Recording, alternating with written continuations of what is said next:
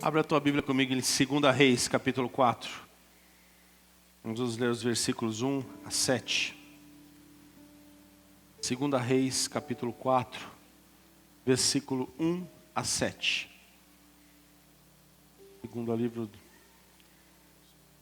livro dos Reis. Glória a Deus. Aleluia.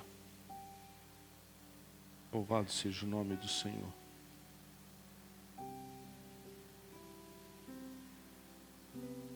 Quem encontrou?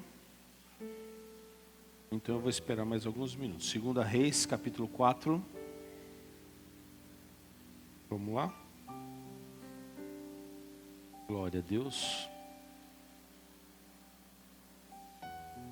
Versículo 1 diz assim: uma das mulheres dos seguidores dos profetas gritou a Eliseu: meu marido, teu servo, morreu. E tu sabes que o teu servo temia o Senhor. Agora o credor acaba de chegar para levar meus 2 filhos para serem escravos. Eliseu lhe perguntou: o que farei em teu favor? Dize-me o que tens em casa. Ela disse: tua serva não tem nada em casa, a não ser uma vasilha de azeite. Ele lhe disse: vai, pede emprestadas vasilhas a todos os teus vizinhos, vasilhas vazias e não poucas. Depois entra com os teus filhos e fecha a porta. Coloca o azeite em todas essas vasilhas e separa a vasilha que estiver cheia. Então ela se foi e entrou em casa com os seus filhos e fechou a porta. Eles lhes traziam as vasilhas e ela as enchia.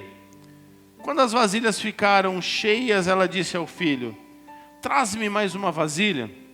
Mas ele respondeu: não há mais vasilha alguma. Então o azeite parou. Então ela foi contar ao homem de Deus. Ele lhe disse: vai, vende o azeite e paga a tua dívida. E tu e teus filhos vivereis do quê? Do quê? Do quê? Aleluia, glória a Deus. O que tu tens? O que tu tens? A gente pode pensar essa frase de um complemento extremamente infinito acerca disso. O que tu tens feito na presença do Senhor? O que tu tens dentro da tua casa para poder virar alguma coisa nas mãos de Deus? O que tu tens pedido ao Senhor, será que vai agradar o coração dele? Mas eu queria travar a nossa mensagem no tema: o que tu tens? Porque eu estou falando aqui da história de um homem. Se você prestou atenção no que eu li, ou talvez você já conheça, eu estou falando da história de um homem que talvez essa história tenha sido minimizada ou finalizada com a sua morte. Um homem que, segundo o relato, andava com Eliseu, porque a mulher veio e diz: ei, homem de Deus, o meu marido, teu servo, morreu. Eu estou falando de alguém aqui que talvez não tivesse uma vida regrada, porque a palavra nos diz que ele morreu e não deixou uma herança. Porque as pessoas, pastor Alfredo, os seus filhos e a sua esposa estavam à bancarrota. Estavam à beira de sofrer uma das piores situações que uma família poderia sofrer, que é ver os seus filhos sendo servos ou escravos de um credor. Aquela mulher se desespera. Eu estou falando de alguém aqui que talvez não tenha tido uma vida como eu e você temos.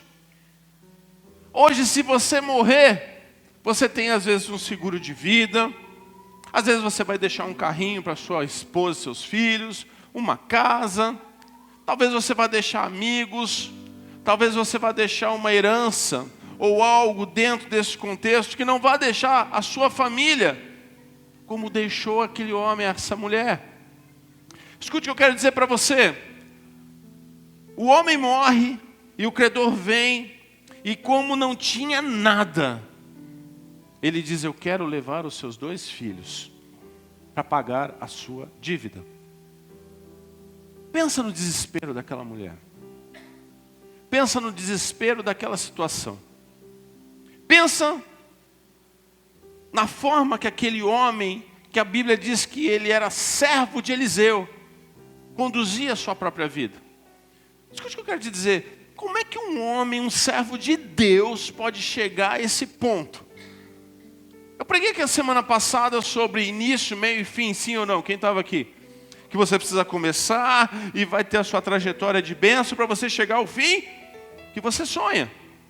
Pelo menos essa é a palavra que o Senhor nos promete, nos garante. Eu estou vivenciando e recebendo aquilo que eu plantei durante a minha vida toda. Que adianta eu chegar ao final se eu não tiver uma trajetória de bênção? Que adianta eu começar bem se no meio do caminho eu desisto? E eu não sei qual é a situação desse homem. A palavra de Deus não nos ensina qual era a situação, qual era o nome desse homem. Talvez esse ponto a gente fique à mercê da nossa interpretação. Mas uma coisa eu sei. Ela disse: Eliseu, o meu marido, teu servo, temente a Deus, morreu. E não deixou nada, a não ser dívidas. E aí eu fico pensando, como é que pode? Como é que Eliseu não viu isso na vida daquele homem? Como é que alguém que caminhava talvez junto com Eliseu e Eliseu não estava vendo? Será que aquele homem mentiu para sua família por um tempo? Será que aquele homem mentiu para Eliseu a ponto de Eliseu não entender o que estava acontecendo? Eu não sei. A gente pode pensar uma série de circunstâncias aqui acerca dessa morte, acerca da vida deste homem. Mas uma coisa que eu quero que você entenda é o seguinte: se você é servo de Deus, se você é temente a Deus, olha só, você pode até sofrer as consequências daquele problema, daquela pessoa que viveu aquilo, mas isso não vai gerar sobre a tua vida o efeito da escravidão. Você pode até ver uma pessoa que dizia que era temente, que era serva, morrer e deixar você numa situação difícil. Mas eu quero dizer, a tua fé pode quebrar essa situação e você não vai viver aquilo que aquela consequência iria acontecer sobre você. Eu não sei se eu estou conseguindo ser muito claro com você, mas eu preciso que você entenda que para você viver o fim que Deus planejou para você, você precisa galgar meios para chegar até lá. Você precisa fazer como Paulo fez e não como Judas fez. Para você alcançar o fim que Deus planejou para você, você precisa ter perseverança, continuidade. Eu estou vendo alguém aqui nessa palavra que não teve isso, porque morreu na miséria e deixou a sua família na miséria. Mas como que a gente pode tratar essa situação, pastor, então? Porque é um homem de Deus, eu não sei até que ponto ele era um homem de Deus. Ele era um homem honrado, eu não sei até que ponto ele era um homem honrado. Mas ele vivia com Eliseu, eu não sei até que ponto ele vivia com Eliseu. Mas uma coisa é certa, ele morreu e deixou problemas. Ele morreu e deixou situação de dispêndio para sua mulher e para os seus 2 filhos. Ele morreu e não conseguiu, talvez o que mais nós sonhamos na nossa vida, deixar um legado para aquelas pessoas. E sabe a pior coisa que tem para um homem de Deus? Falo isso porque sou homem e falo por consciência própria. Tem aqui uma série de pais de família.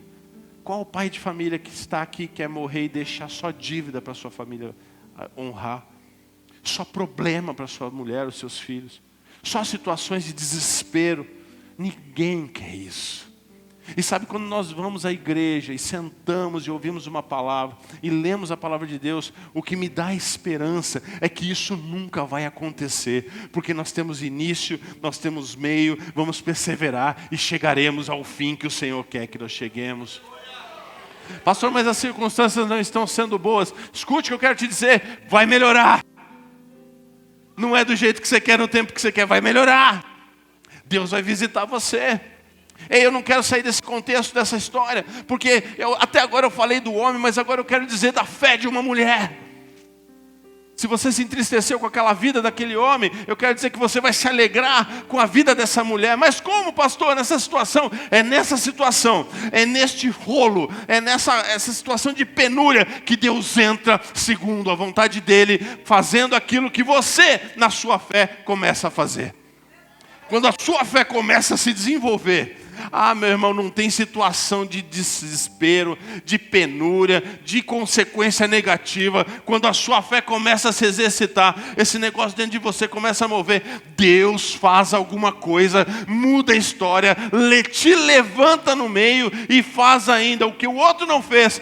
Faz você viver para a honra e glória do nome dEle. Aleluia! Aí eu comecei a entender uma coisa aqui nesse texto. Eu comecei a entender que aquela mulher, ela precisou tomar algumas medidas. Eu não sei se no desespero, eu não sei se na sua fé retraída, eu não sei se no momento de dor, mas uma coisa é certa. Uma mãe, aleluia, que vê os seus filhos à beira da escravidão, faz ou não faz loucuras por eles? Uma mãe que vê uma situação daquela, não fica sentado olhando seus filhos irem escravos. Uma mãe que tem uma vida com Deus, se levanta e vai buscar a solução no colo, nos pés do Senhor.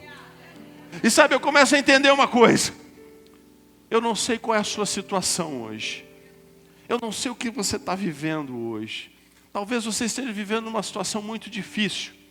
Talvez você esteja vivendo numa situação em que não é a mesma dessa, pela graça de Deus, mas está com dívidas, está com problemas na sua casa, está à beira de perder sua casa, o seu carro, está à beira de sair da sua casa de aluguel porque não consegue mais pagar o aluguel. Eu quero dizer uma coisa para você: se isso tudo é uma consequência negativa do teu erro, a tua fé nessa noite, já embutida naquela oração que nós fizemos agora há pouco, que você vai começar a mudar espiritualmente, vai começar a sobrepor as consequências negativas de que alguém deixou para você resolver. Alguma coisa Deus vai fazer por meio da sua fé, para que tudo aquilo que alguém deixou de herança maldita se torne uma herança bendita na presença do Senhor. Eu já conheço pessoas às vezes que assumem dívidas de parentes. Ah, eu emprestei meu nome para um amigo e agora está lá, meu nome está sujo porque ele não pagou. Eu vendi meu carro, ele não transferiu e as multas vieram, eu perdi minha carta, eu perdi o carro, eu não recebi. Consequências negativas que a vida nos faz viver, mas não porque você foi uma vítima, não, porque você quis ajudar. E às vezes você quer ajudar pessoas que você não pode ajudar. Será que você pode pedir orientação de Deus para poder fazer o que você quer fazer a partir de hoje? Ah, mas aquela pessoa, pastor, como é que a gente vai fazer, meu irmão? Dê uma cesta básica. Mas às vezes emprestar o nome é a pior situação. Há situações e situações. Eu não estou dizendo aqui que a partir de hoje nem adianta me perguntar, porque não. O que eu quero dizer é, se a pessoa já está num momento tão difícil da vida, como é que você pode confiar a ponto dela honrar um compromisso seu? Às vezes é muito difícil isso acontecer. Ah, mas ela prometeu, mas não tem condições. Foge ao controle da pessoa. Eu tive problemas assim na minha vida. Eu tinha que pagar contas, algumas dívidas eu não tinha condições de pagar. Eu queria. Eu não tinha condições. E as pessoas, puxa, você não vai pagar, Marcel? Eu dizia, eu não posso, segura mais um pouquinho, mas vai sujar meu nome. Eu falei, meu Deus, eu sei a consequência. Eu estou me corroendo por dentro, mas eu não consigo.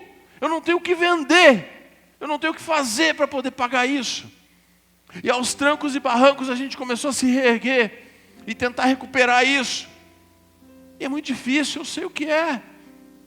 Sabe, eu fico pensando naquela mulher com os seus 2 filhos e o credor falou, não, você não tem dinheiro? Azar o seu. O que você tem de bom? Meninos bonitos, estou levando eles. Passo daqui a 2 dias. Estou conjecturando aqui. Já arruma tudo que eu vou levar esses meninos embora. Consequência, talvez de atos impensados de quem já não estava mais aqui. Só que a fé daquela mulher, meu irmão, ela sobrepôs a consequência. Qual é a consequência? Perder meus filhos. Está rejeitado em nome de Jesus. Vou perder. Está rejeitado em nome de Jesus. eu vou me levantar, eu vou orar, eu vou chamar pelo profeta, eu vou aos pés da cruz de Cristo, mas isso não vai fazer eu perder a minha bênção. Ela não estava preocupada mais com o que o marido tinha que deixar. E uma das coisas que eu aprendo com isso, ao invés de você ficar chorando com a consequência negativa, pare, dê um basta e olhe para frente. Ei, olhe para mim aqui, deixa as crianças entrarem. Tem gente que fica, sabe por que eu estou vivendo isso há 5 anos? Porque há 5 anos atrás ele não pagou aquela dívida e eu fiquei... E está vivendo 5 anos. Se eu conversar com você daqui a 2, você fala, sabe por que eu estou vivendo isso há 7 anos? Porque ele não pagou a dívida. Aí se eu conversar com você de 9, sabe por que eu estou vivendo há 9 anos? Você não para pedir a misericórdia de Deus e falar, chega. A partir de hoje eu não choro mais por aquilo. Se eu errei, eu errei. Se dei o meu não devia, paciência.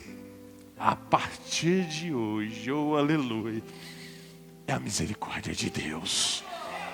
A minha fé em Deus vai substituir a consequência negativa e eu vou alcançar o que Deus quer para a minha vida. Quantos aqui podem louvar o nome do Senhor por isso? A mulher ficou com os 2 filhos, viúva, sem sustento. E aí? Reivindicar de quem? Cobrar de quem? Se quem gerou tudo isso já não estava mais aqui. Sabe o que ela fez? Nessa hora ela lembrou só de uma coisa. Ele prestava serviço para Eliseu. Esse Eliseu é homem de Deus. Profeta! O que foi? Quem é que está batendo aí? Profeta. Vou te contar rapidinho o que aconteceu. Mas é só para você saber, porque eu já estou olhando daqui para frente. Eu só quero a energia da sua voz para o que nós vamos fazer daqui para frente.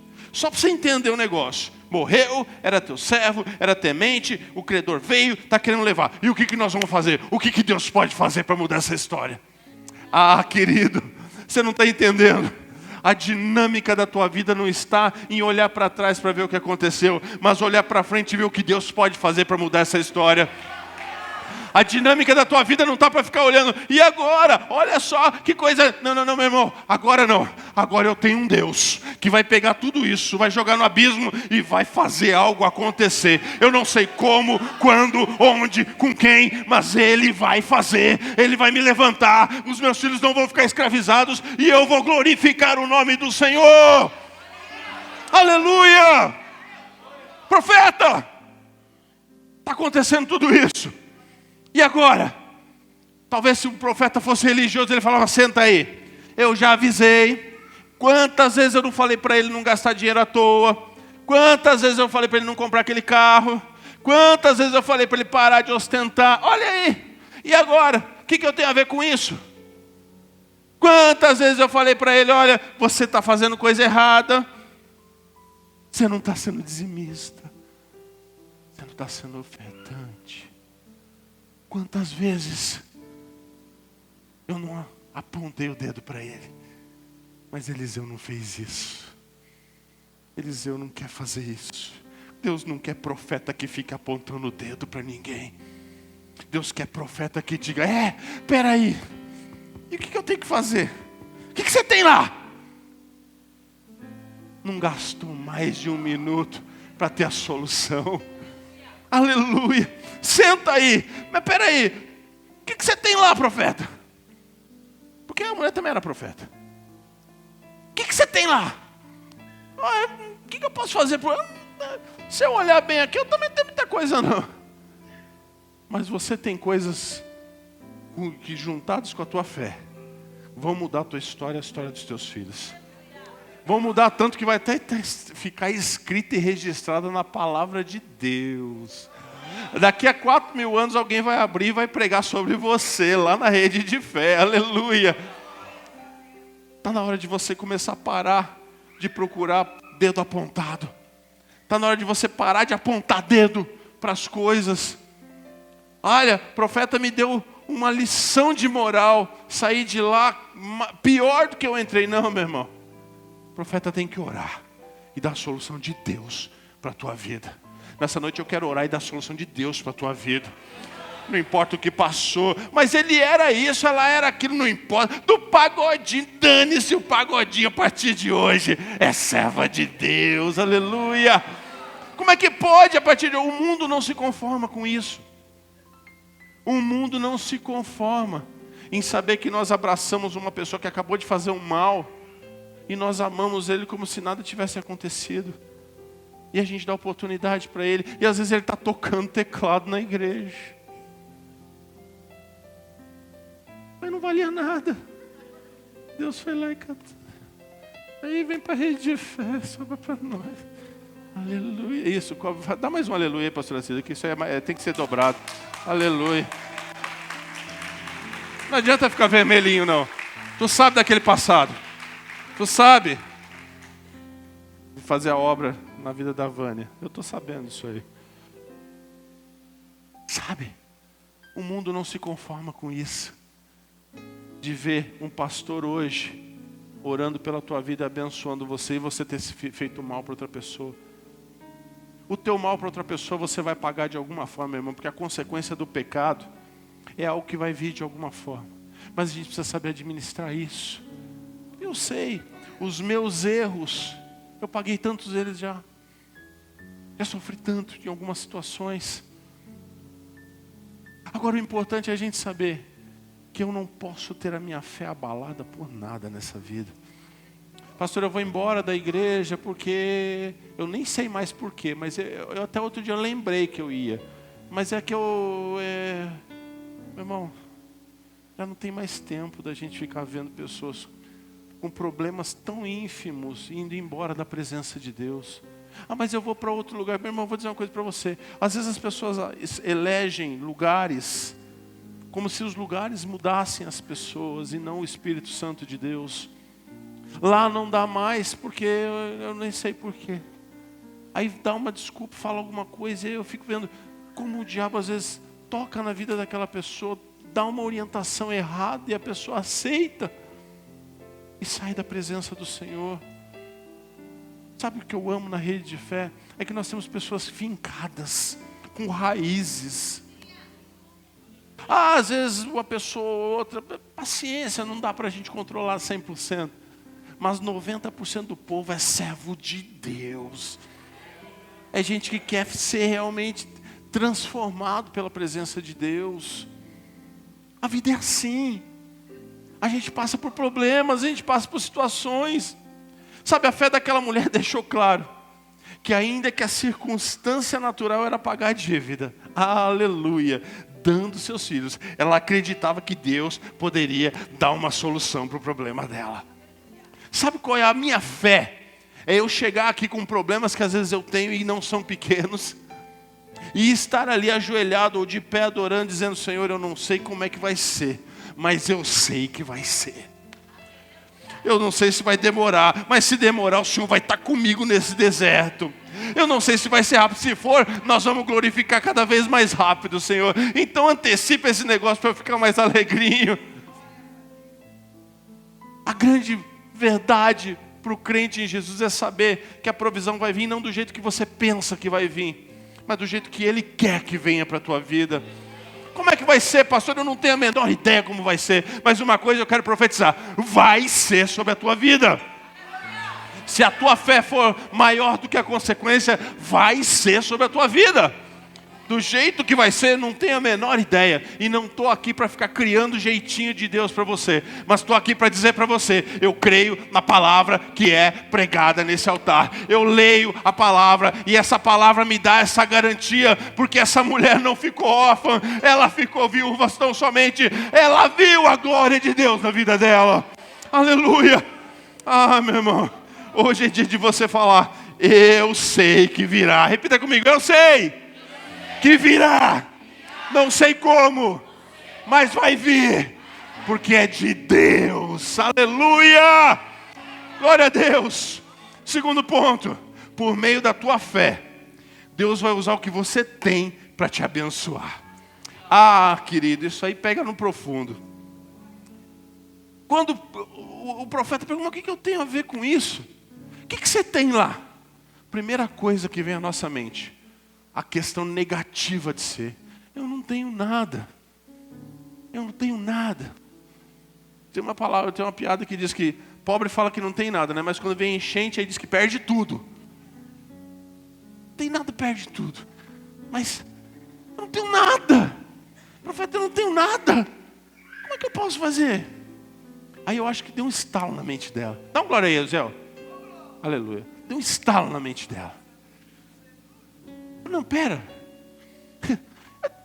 Talvez eu nem vou falar isso, mas vai que. Eu tenho uma vasilha também, profeta. Uma vasilha, uma botijinha de azeite. Falei, como é que é? Era tudo que eu queria para Deus fazer um milagre. O que você tem na tua casa? Você tem fé? É um pouquinho que Deus precisa para fazer um milagre. Você tem ousadia de Deus? É um pouquinho que Deus precisa para poder pegar esse negócio e transformar e fazer a coisa acontecer.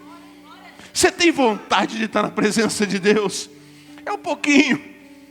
Você tem fidelidade? É a hora que você tem que usar ela. Quando os momentos difíceis vêm, em vez de você olhar para Deus e dizer, eu não tenho nada, você diz, olha, Senhor, tá difícil, mas ó, tá aqui, ó. Eu tenho alguma coisa. Tem gente às vezes que tem um dom e não usa o dom. Quantas pessoas às vezes falam, o que você faz? Eu trabalho no escritório, mas eu amo vender. Eu amo ter. E por que você não vende? Ah, porque eu trabalho no escritório, né? Mas por que você não vai vender? Porque se você for vender na presença de Deus, você vai vender muito mais do que você vai render lá no escritório. Por que você não pega e vai vender e vai fazer a diferença na área que você atua, que você gosta, que você faz funcionar? Ah, porque eu tenho medo, pastor, de acontecer alguma coisa. Não, não tem que ter medo, não. Isso tem que ter ousadia na presença de Deus. Eu adoro fazer salgados e bolos, mas eu prefiro trabalhar de técnico de contabilidade. Ai, eu odeio o que eu faço. Meu irmão, vai fazer salgado e bolo.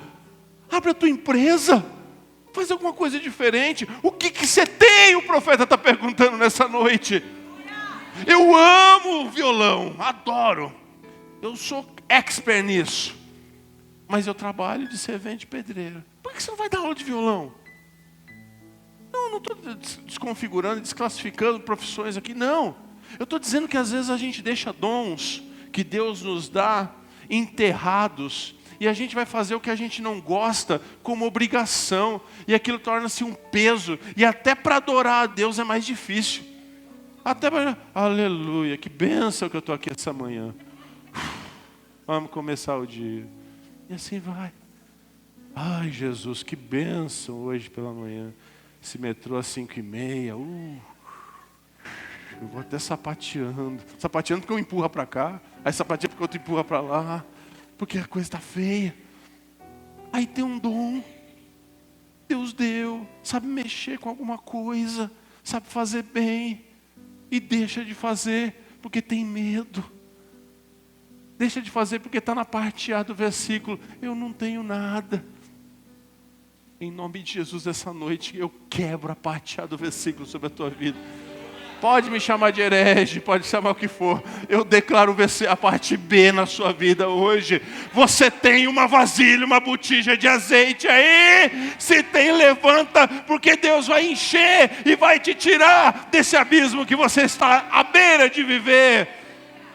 Tem gente que está à beira de viver um abismo, à beira de sofrer um problema, e está lá cheio de talento, cheio de dons, e deixa. Está faltando ousadia, meu irmão. Vem cá, que eu vou te abraçar, vou te dar um carinho. Seja ousado na presença do Senhor.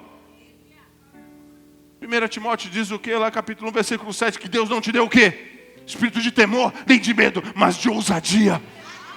Que espírito é o que está pairando sobre a tua vida? Qual é o espírito que está pairando sobre a tua vida? De medo? Então não é de Deus. De temor? Então não é de Deus. Vem cá que eu quero orar e vou expulsar em nome de Jesus. Eu quero declarar espírito de ousadia sobre a tua vida. Sabe por quê? Sabe por que eu digo isso para você, querido e querida? Porque você nasceu para fazer a diferença. Servo de Deus não nasceu para ser qualquer um. Você nasceu para fazer a diferença.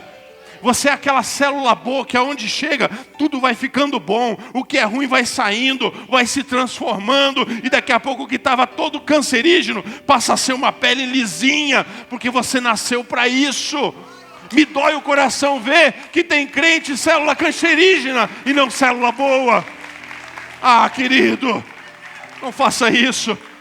Ei, mulher, se sua casa tem uma botija, vai lá pegar. Ah, aleluia. Oh, glória. Ah, o versículo 5, 4. Não, 3. Ele lhe disse, vai, pede emprestadas vasilhas a todos os seus vizinhos, vasilhas vazias, não poucas. Depois, entra com os teus filhos e fecha a porta, coloca o azeite em todas essas vasilhas e separa a vasilha que estiver cheia. Ah, meu irmão, vê a estratégia de Deus. Vai buscar vasilha, vai buscar, vai atrás. Gente, são só 2, eu queria ter 6 filhos agora, mas só tem 2, então corre. Vai pedindo, vai te amando. Ah, meu irmão, vem, traz vasilha, porque a bênção vai chegar. E os filhos talvez perguntam, mãe. Ai, mãe, daqui 2 dias o credor vem. Eu estou na berlinda de ir para escravo e tu vai pegar a vasilha. Ah, mãe. Tu sabe fazer óleo, mãe? Tu tem oliveira no quintal, mãe?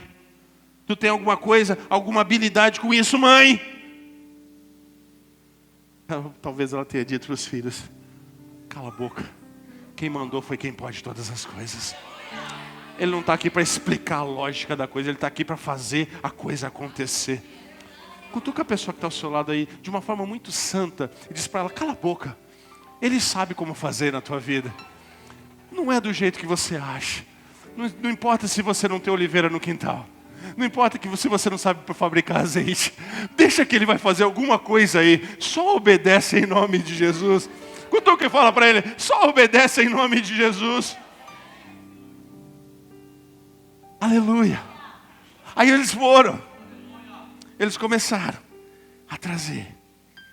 E sabe o que eu falo para você? O teu socorro está dentro da tua casa. Está pertinho de você. Às vezes você está procurando, onde que está? Lá na República. Não, está aqui pertinho da tua casa. Não precisa pegar metrô, não. Deus está trabalhando você aqui pertinho. Mas aonde que está? Está lá em Minas Gerais. Não, volta aqui. Não precisa de Minas Gerais, não. Deus está trabalhando com você aqui pertinho. Aonde que está? Está aqui, ó, na sua mão. Deus quer te dar e quer usar o que você tem para você fazer o melhor. Eu já estou te dando a estratégia. Você está usando qual espírito de ousadia? Vai dar certo. Aleluia. Não é de fora que vai vir o socorro, mas é de dentro das suas condições.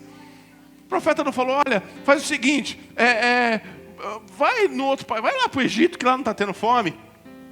E lá de repente você consegue sustentar. Não. O que você tem aí? Eu tenho uma botija. Ele falou, meu Deus é expert em multiplicar botija. Quem crê num Deus que é expert em multiplicar? Eu sou fã de um Deus que multiplica. Vai lá buscar que tu vai ver o impossível acontecer. Eu quero profetizar sobre a tua vida. Vai lá buscar. Pela fé, vai buscar as botijas. Fecha o teu olho agora. Fecha o teu olho e começa a pensar. Você dando ordem para os seus filhos agora. Filhos, vai pegar a botija que Deus vai fazer um milagre. Filho, vai pegar a botija. Vai pensando aí no teu interior como se fosse você pedindo para os teus filhos. Fala o nome deles assim. Fala lá, Bruno, Maiara, vai lá buscar a botija. Vai que Deus vai fazer um milagre. Vai falando que Deus vai buscar um milagre para você. Oh, aleluia. Vai falando. Você nem sabe ainda como é que vai ser o milagre, mas já vai falando, vai e faz, porque eu sei que Deus tem algo para mim e para você, para nossa vida como um todo. Aleluia. Aleluia. Eu profetizo que a tua bênção vai chegar. O teu vaso, a tua vasilha vai se encher e você vai multiplicar. E eu quero terminar dizendo para você, se prepare para o milagre e a provisão sobrenatural. Escute o que eu quero te dizer. Por que tem que ser se prepare?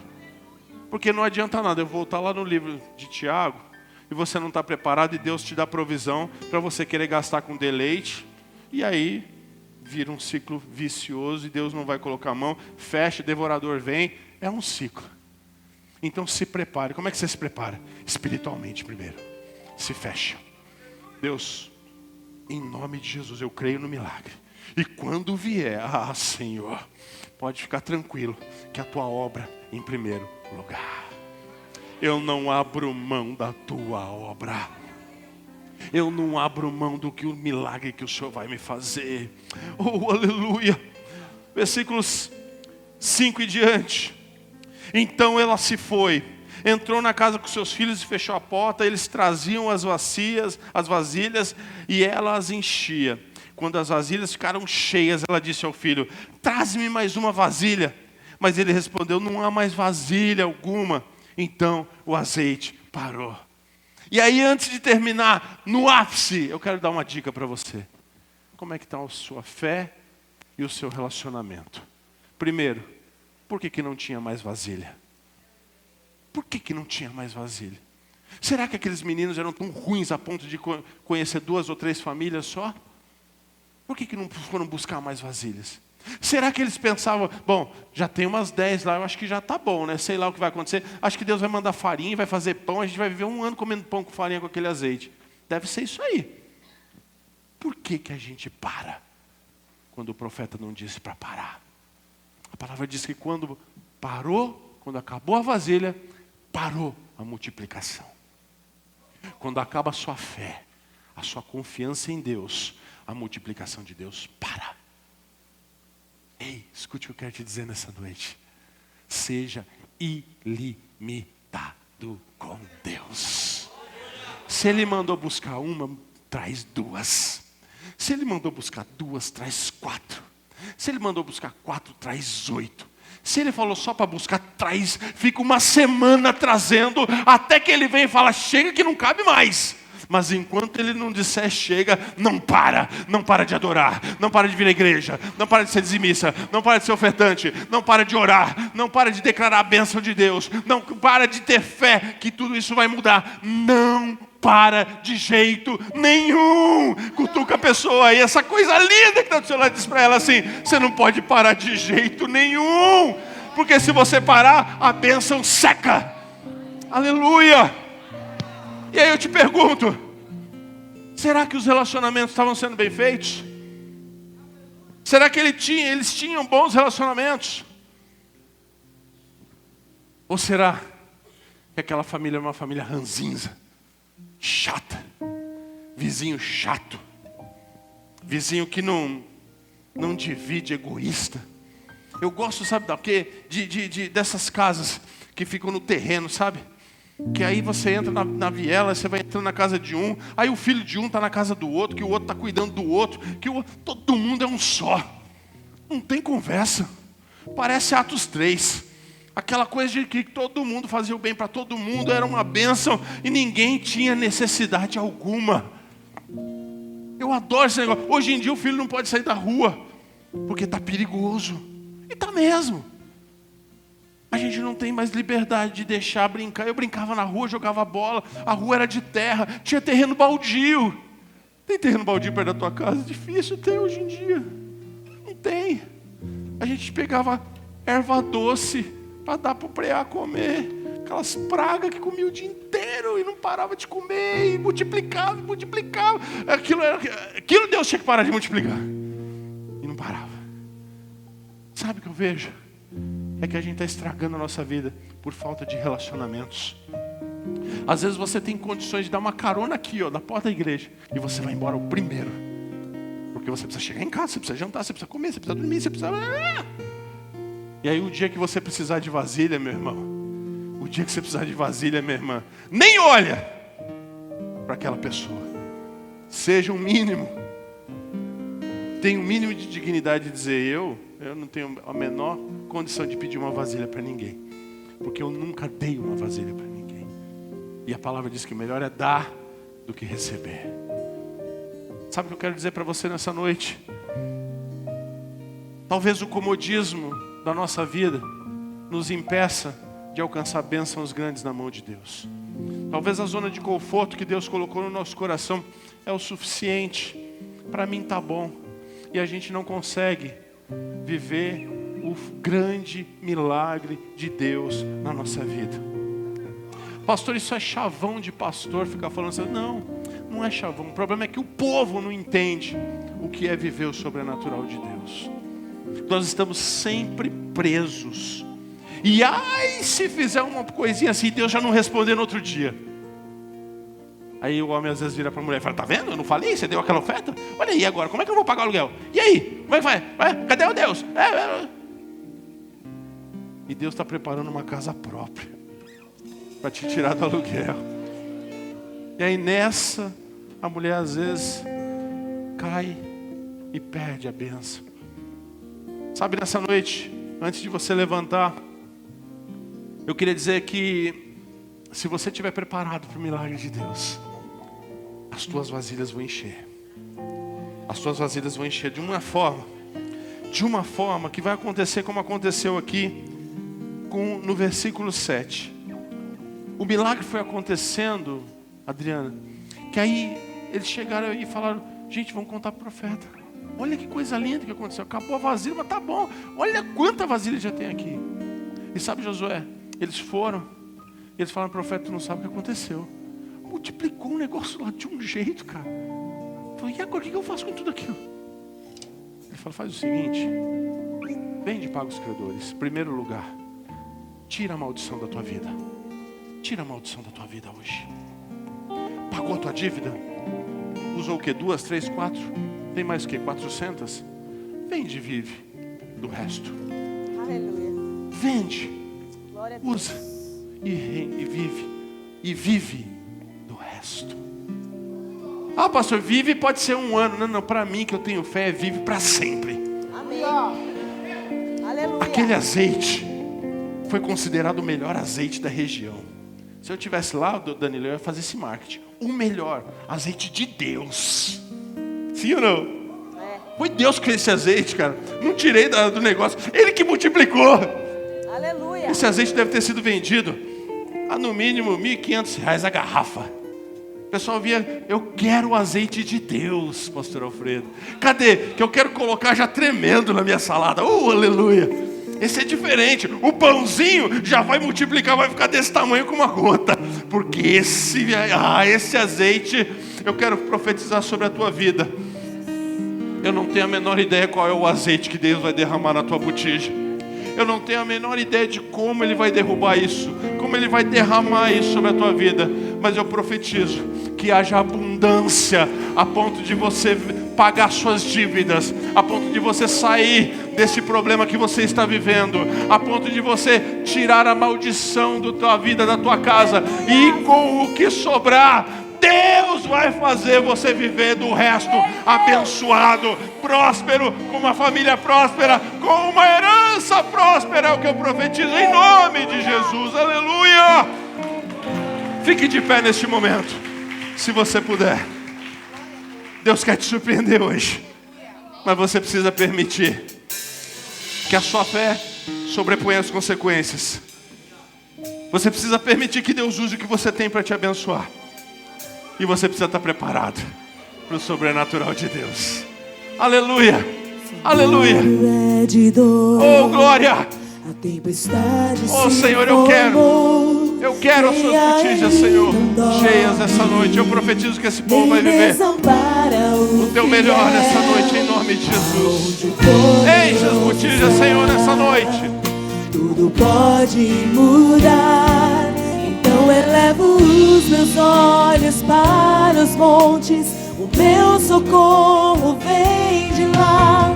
Socorro bem presente na tribulação. Demonstra teu poder com suas Esse é o Deus que eu sirvo, irmão. Aleluia! Poder pra transformar o impossível. Só Ele faz. Eu me rendo em adoração. Glorioso poder está em tuas mãos.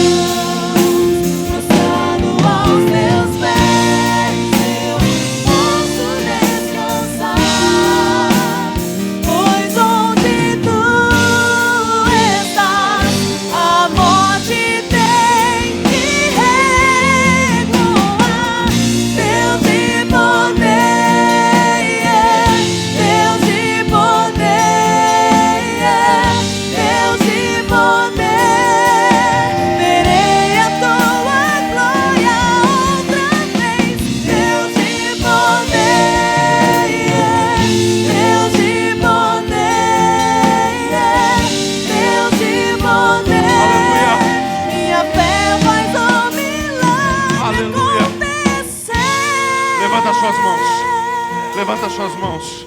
Repita comigo: Senhor Jesus. Senhor Jesus. Ah, Senhor. Ah, Senhor. Ah, profeta. Ah, profeta. Ah, Deus. Ah, Deus. Você sabe Você a sabe. minha situação. Estão querendo escravizar meus sonhos. Escravizar meus sonhos. Minha vida. Estão querendo escravizar minha família. Mas nessa noite, ah, Senhor, eu pensei que eu não tinha nada. Eu pensei que eu não era nada. Mas nessa noite, o Senhor acendeu dentro de mim o desejo de buscar vasilhas. Senhor, me leva para cada vizinho agora, para que eu possa pegar uma vasilha e comece a encher. Comece a encher. Comece a encher. Oh, Senhor, cuida dos meus relacionamentos. Eu não quero mais odiar ninguém. Fala agora, crente. Eu não quero mais odiar ninguém. Eu permito, Senhor. Eu me permito perdoar nessa noite. Porque eu não quero mais viver a consequência maldita. Mas nessa noite eu quero me libertar.